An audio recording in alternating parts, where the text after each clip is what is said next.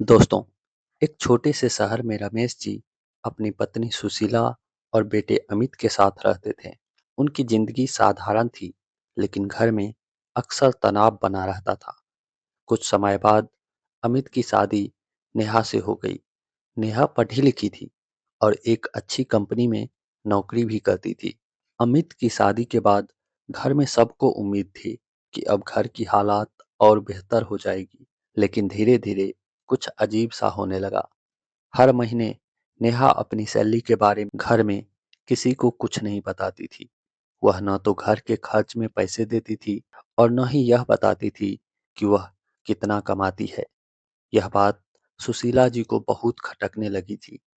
एक दिन उन्होंने गुस्से में कहा, हमने अपने बेटे को इतनी मेहनत से पाला है और आज घर में पैसों की इतनी कमी है, फिर भी बहू अपनी कमाई छुपा रही है। अमित भी परेशान रहने लगा, लेकिन नेहा हमेशा चुप रहती थी। कुछ दिनों के बाद अचानक रमेश जी की तबीयत बहुत खराब हो गई और डॉक्टर ने उन्हें तुरंत ऑपरेशन कराने के लिए कहा। घर में पैसों की बहुत जरूरत थी। अमित ने अपनी सारी बचत लगा दी थी, लेकिन फिर भी वह पर्याप्त नहीं थी। अब सबकी नजर बहू नेहा पर थी।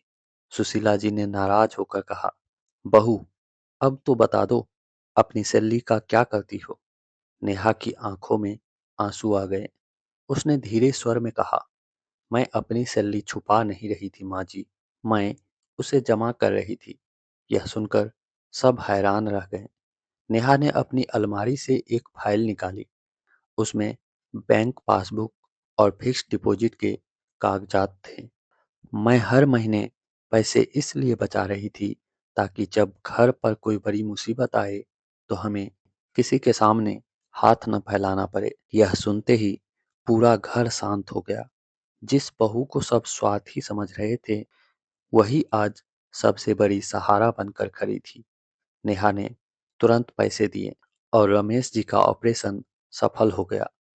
सुशीला जी की आंखों से आंसू निकल पड़े।